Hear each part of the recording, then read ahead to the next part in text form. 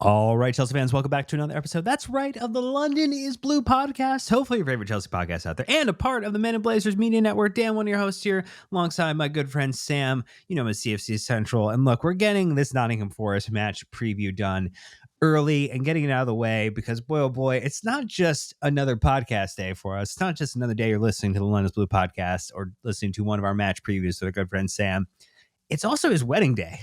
So sneaking in at the very early hours of his wedding day, Sam has said, you know what? I am so unstressed. I am so completely serene that I can knock out 30, 35 minutes of conversation about Nottingham Forest and Ange Postecoglou. Like, that is I don't know. It feels like a seminal moment of your wedding day here, Sam. So just amazing congratulations, mazel tov, and all the wonderful things for you in this moment as you get a chance to enjoy a wonderful wedding day with your wonderful bride. Oh, thank you so much. Well, out of one forest and into the other, as I would like to say here, but just trying to tell her that, you know what, just give me a little time. She's got about a couple of hours of makeup, and sort of like bridal wear to wear. So being a man, I have the liberty of just taking 30 minutes and being ready to go. So I just thought I'd make most of my time and, spend some of it with you. So feel special, Dan. Nobody else gets to share this day with me. So, happy that I'm getting to share it with you and obviously everybody at London is Blue.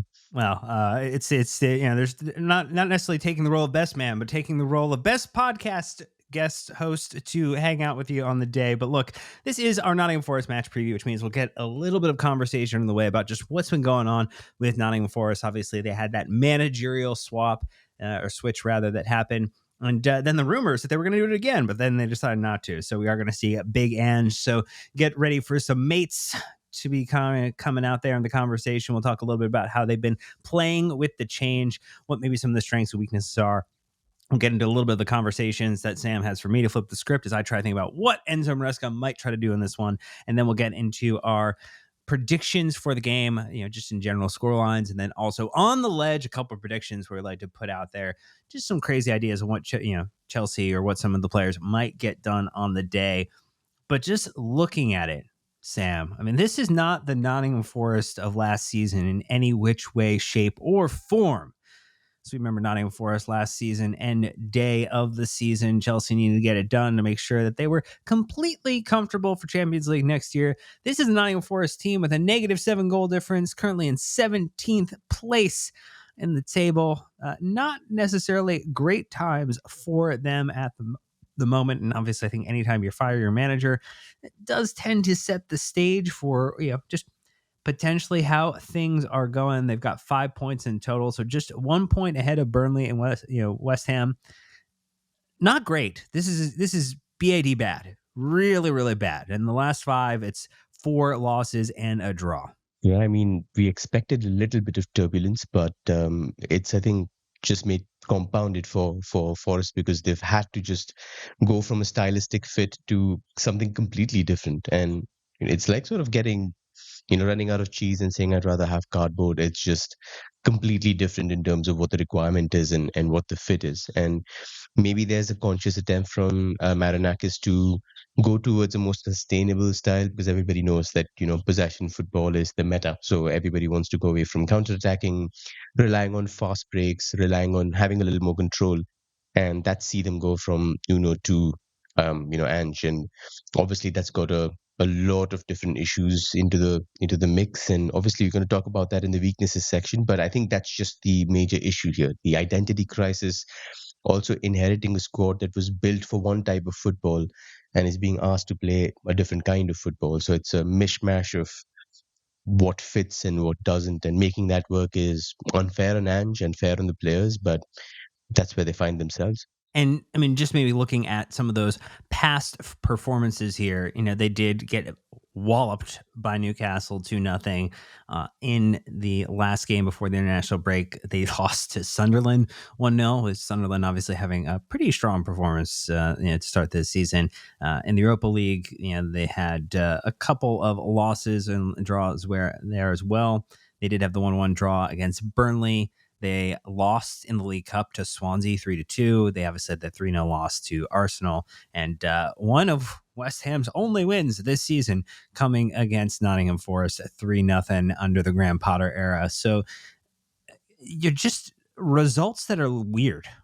I mean, I think that's I don't even know if, like, I know you mentioned that the idea that we expected turbulence from this team.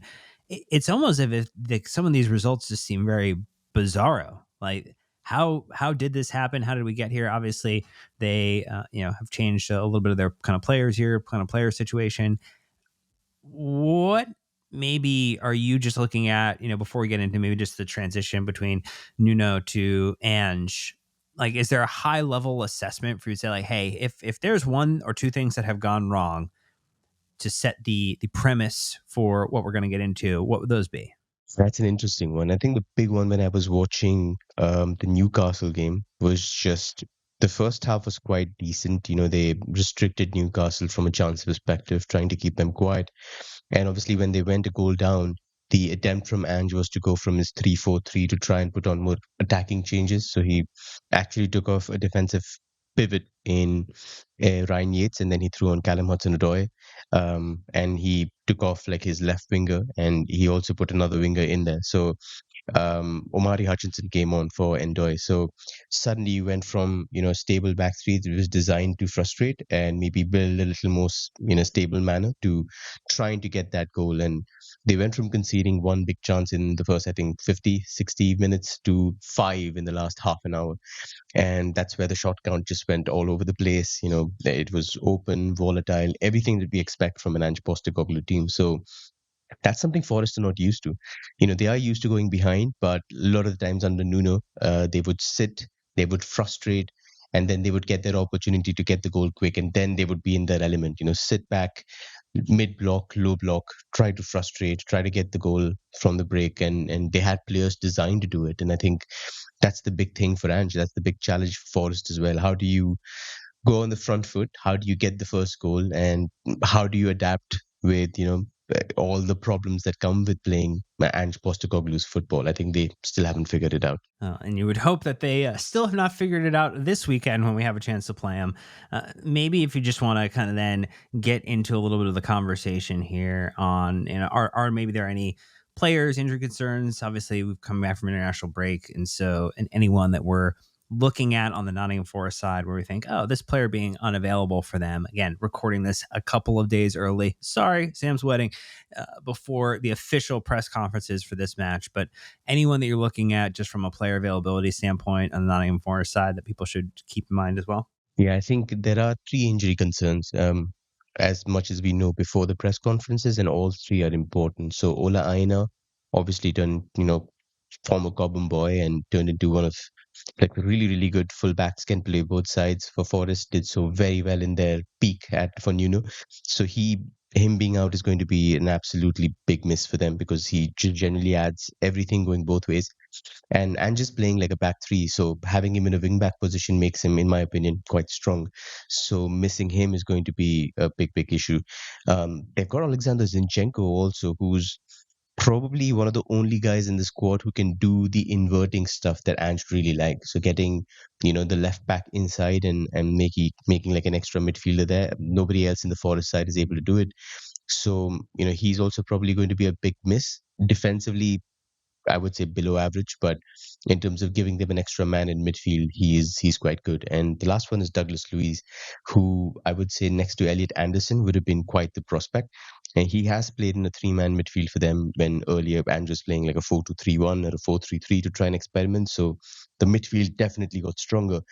But in his absence, having a two-man midfield in front of a back three, that has been tough. They've had to rotate Yates, who's obviously quite a senior, very defensive minded pivot, but Sangare, for example, is more of a box to box kind of midfielder. So the balance isn't there. So I would say all three injuries are quite significant, but yeah, not as significant as the guys we've been missing due to forms and niggles, in my opinion.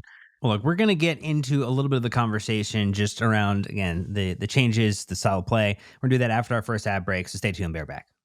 All right, Sam. We started a season with Nuno. We did not continue a season with Nuno. It was Ange who came in and is now trying to find a way to bring this Nottingham Forest side out of the relegation area. Yeah, they're not in the zone right now, but they are very, very close. Can you walk me through just maybe some of the the changes that we've seen with this team now that he has come into the side. And again, still looking for that elusive type of win here. Yeah, I mean, we faced Nuno's Forest numerous times, and the identity has been quite consistent. It's a wickedly quick counter-attacking team that has absolutely no interest in keeping the ball. Had, I would say, bottom two possession in the league during his time there. So absolutely, the ball is lava. Do not touch it, and trying to stay in a very compact mid block, taking out all central options, forcing teams to go wide, where obviously you're not very good at creating high quality chances, and that's what you knew you were getting from Forest. And if you gave them time, they would collapse into a 5-4-1 or a 5-3-2 and just make it very, very hard for you to breach. That started changing, I would say, towards the end of last season, where a lot of volatility happened. Teams also in the Premier League figure you out very, very quickly. So at the end of last season, there was an 8-game spell where they won only two. And then in preseason, they played 7 games and they didn't win any of them. So that was, I think, the warning bell. There was a lot of conflict behind the scenes. So the idea maybe was accelerated to try and change the style of play and to get somebody who can give them a more sustainable kind of football. But like we said, it's a huge ask. It's like taking a particular Sean Dyche kind of team into some model resembling De Zerbi or Maresca, for example. So you have to have the elements there, and he's been in charge for 7 games, and there are some strong underlying metrics to suggest that change is underway, but they haven't won a single one. And I think if you stress the changes just in terms of what Postecoglou is trying to do, irrespective of the results, the big change is that Forest's pressing intensity is exponentially increased.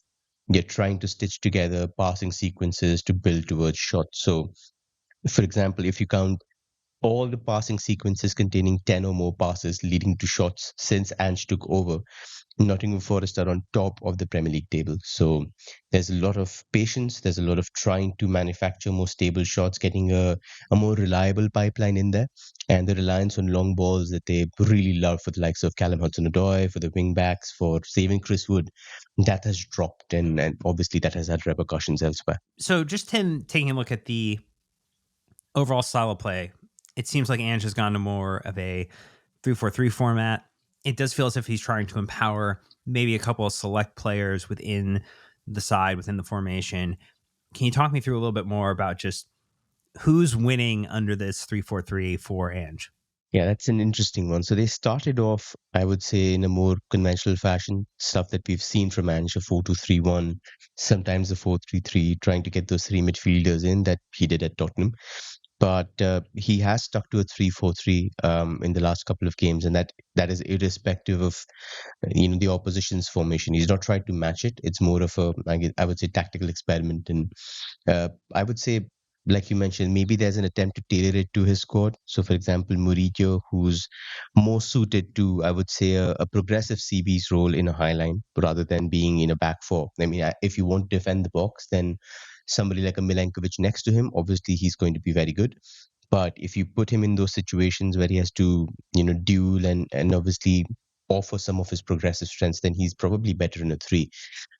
So he's probably benefiting from this particular formation. I believe he has a knock, so I don't know if he'll be available, but obviously one of their better defenders.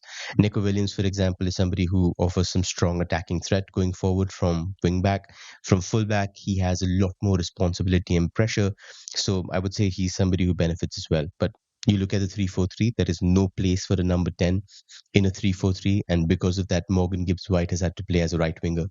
There is compensation in terms of Ange's asking his wing backs to hold width, to push up, and that allows Gibbs White to push centrally.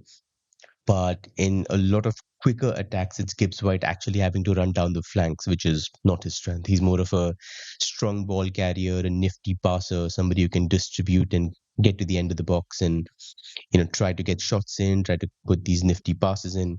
So that's again been quite a big issue for them, trying to get their best player into his ideal position in a formation that doesn't suit him.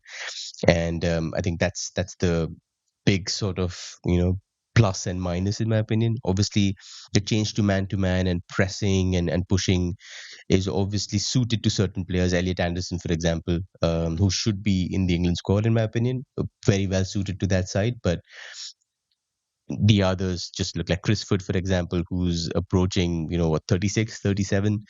Um, Probably not suited to high pressing and obviously making the attack stick. So lots of give and takes everywhere, Dan. And then just making them the shift then to talk a little bit more about some of the weaknesses. And when you have a record like Nottingham Forest, I feel like there are a few that you could point out.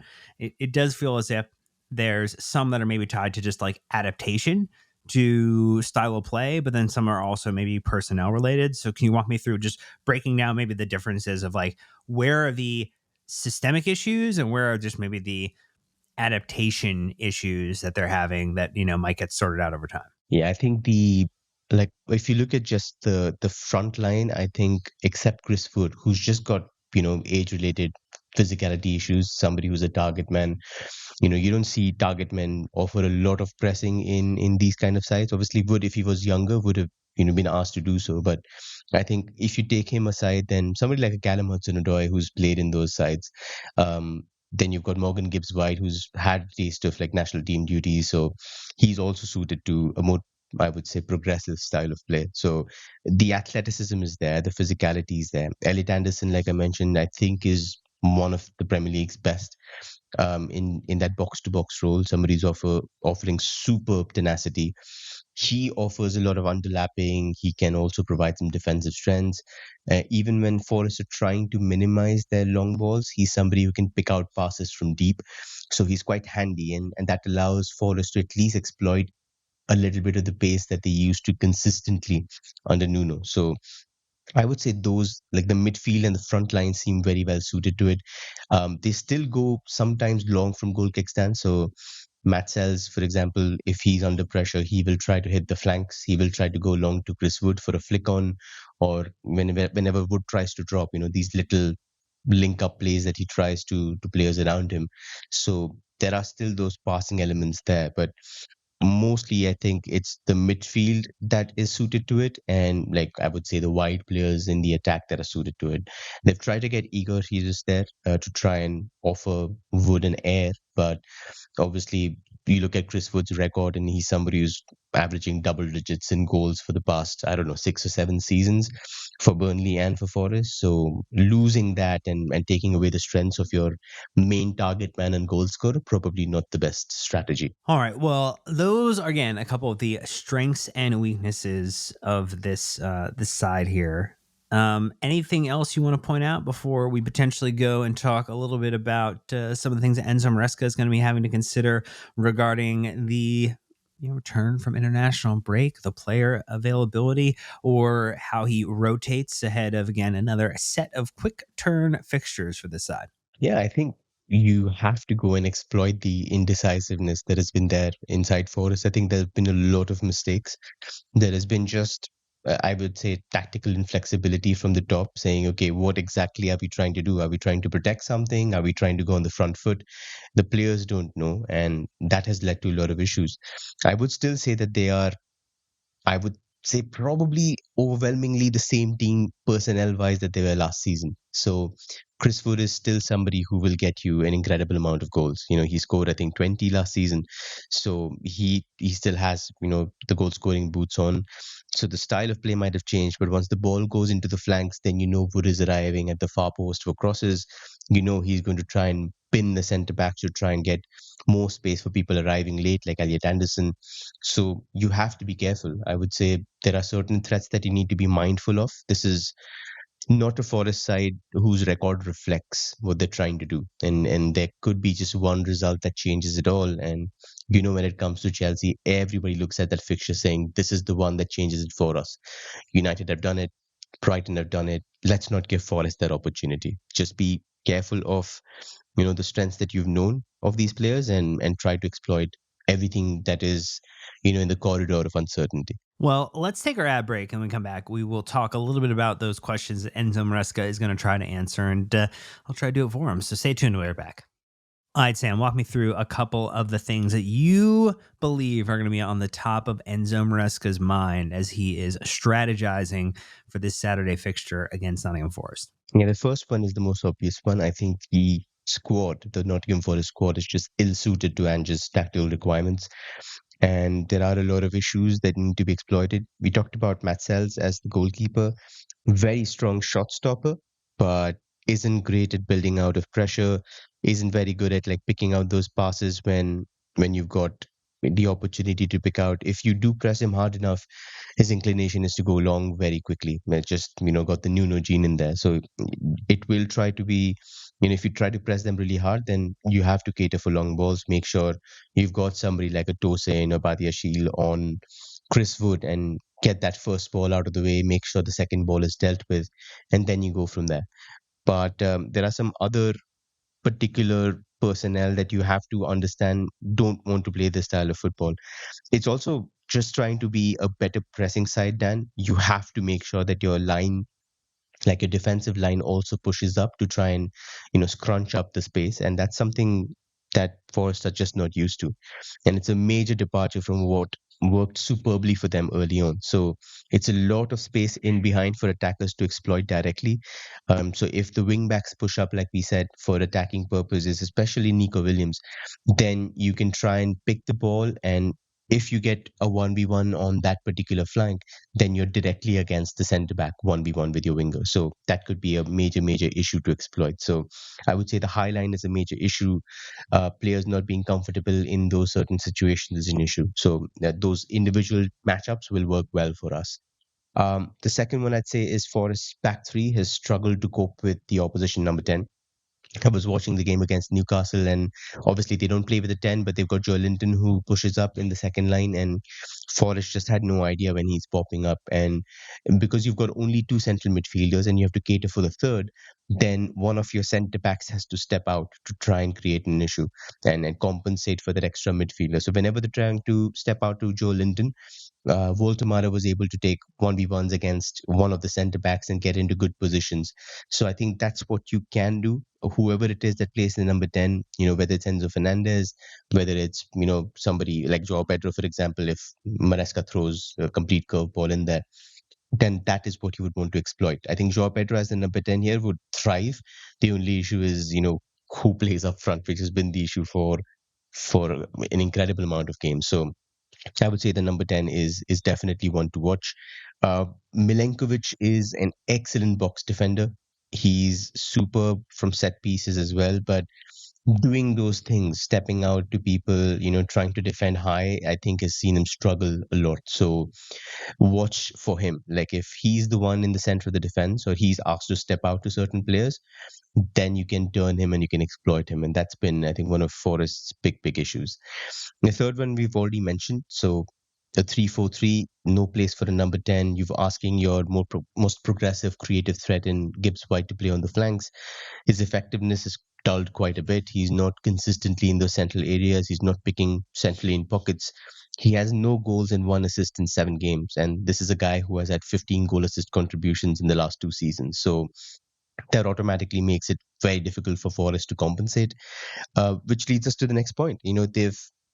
They're on the bottom of the Premier League for goals scored with just 5 goals, and they have 3 assists. So there is a creativity problem. They aren't able to use those weapons that they had last season. Wood's new role, I think, is also making him a little less effective. He's not in those areas that he was. He's not getting the supply that he did at one point in time. The wing backs aren't of the requisite attacking quality to offer the kind of goal contributions that Ange demands from his side, especially in that back three. And Gibbs White role changes and Ilanga's departure, somebody who had, I think, 17 goal assist contributions last season. That's a terrific amount of their threat to lose because of a change in system. And the last one I'd like to say is a lot of volatility in trying to keep space between lines. So consistently struggling to close the gap between their midfield line and the defensive line. So a lot of players are able to receive in that gap. So if it's right wing Estevao, please target him. If there's Enzo Fernandez, please target him. Kukureya, if he's coming into those central positions, can cause a lot of issues. I would also say there is a reluctance from the centre backs to step up when a player is able to turn and push towards the last line. So getting a long shot goal, not out of the order. Guimaraes scored a really good one from outside the box because nobody stepped up. So I wouldn't really bet against a Caicedo banger, coming out from outside the box, or Joao Pedro picking in those areas. So I would say maybe saving that for my on the ledge prediction. Oh, well, you should always save the on the ledge predictions for the actual part of the segments here. But look, again, I'd love to get your questions that you think Enzo Maresca, or you give me a few questions to consider. I put on my Enzo Maresca cap, and we try to come up with what he will or won't do. And usually, I typically believe that it is generally the most pragmatic thing. But what do you got in terms of considerations here, Sam?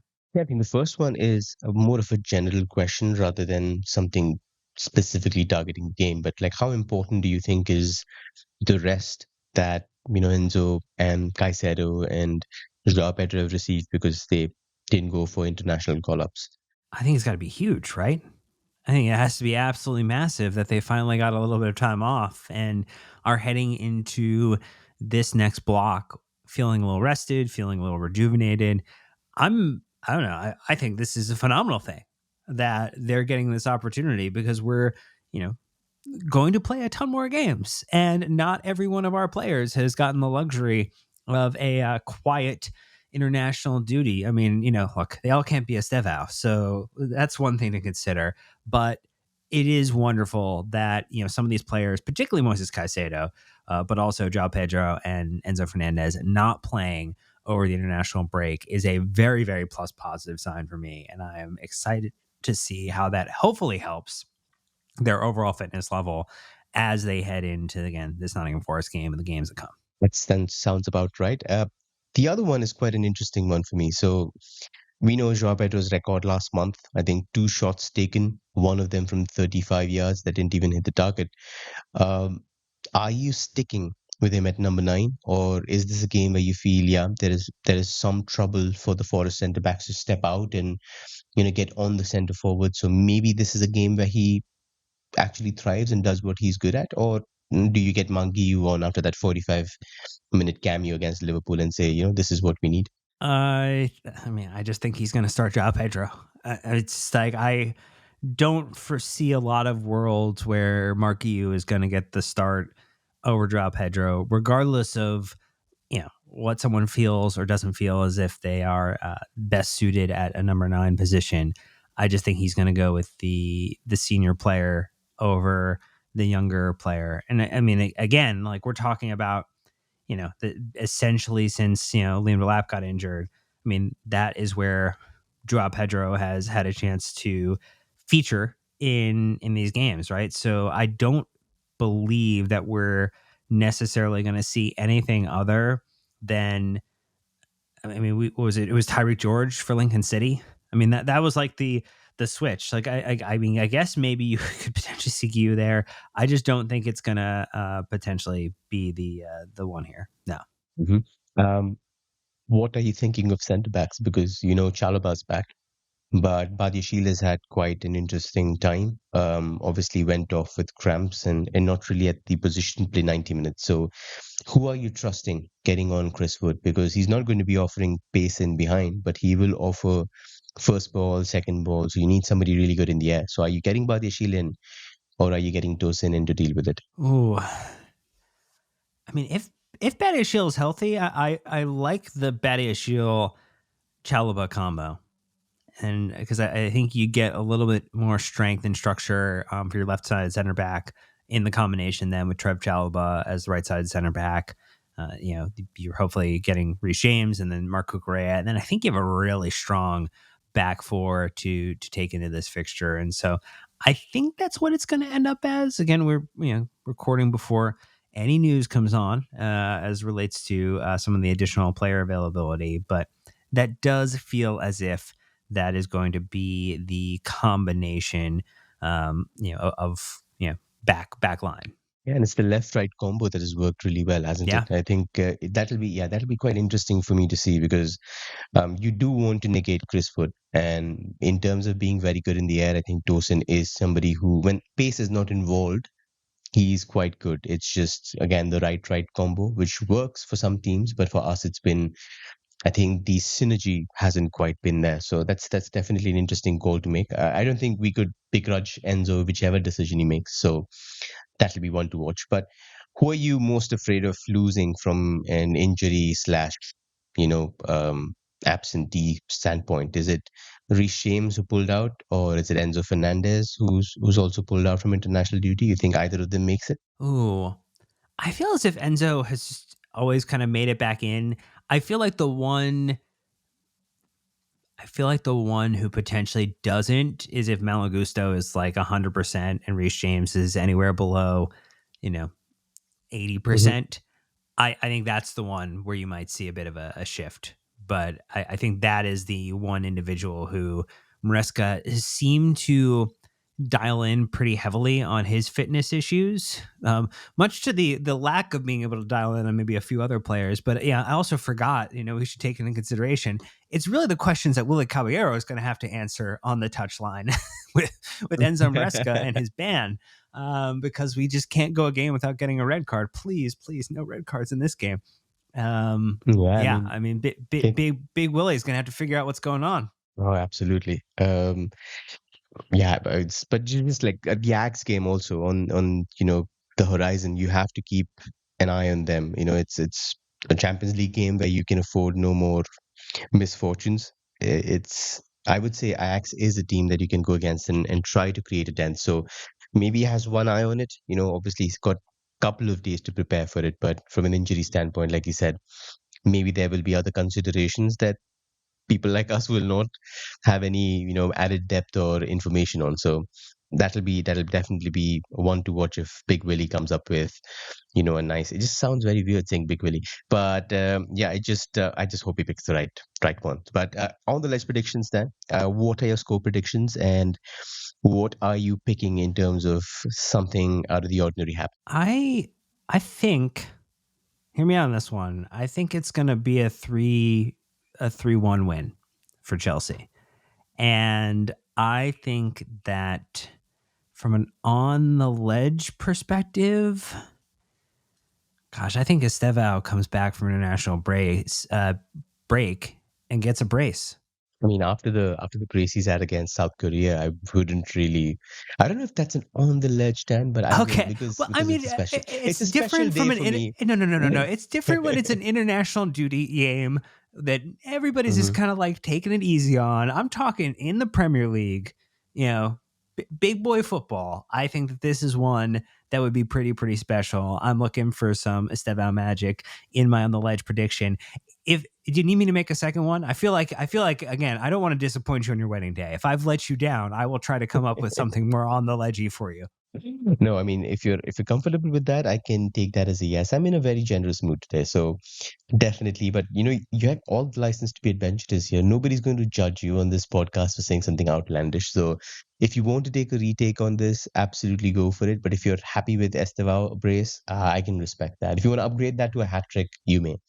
I don't think I'm ready for the Estevao hat trick yet, but look, I would love for that. Like, if there were any game based upon the way that Ange has failed to respond to like the way he manages his back line, where someone could potentially just pick up a hat trick for fun, this kind of feels like the type of team you could do it against for sure. Hmm. Yeah, I think definitely you're right there. So, if there's a chance, especially the end stages where we've seen Ange go from say back three, suddenly change to a different kind of formation to try and chase a goal, then those spaces open up, and then you're against like two center backs and obviously a lot of space to exploit, and that's probably where Estevao comes alive. I don't think he'll be risked from the start after going to South America to play. But if he does come on in those 30 minutes, then you obviously expect him to at least get one goal or assist, considering the kind of run he's on. So I definitely agree with it. My score prediction would probably be, I would say a 2-0 here. And I'll probably go with a goal from outside the box from either Moises Caicedo or, I mean, Caicedo makes the most amount of sense, but wouldn't be surprised if it's Enzo or Joao Pedro either. So a goal Okay. outside the box for me. All right. Well, look, all Chelsea really need to do is get the win in 3 points as a nice little wedding gift for you.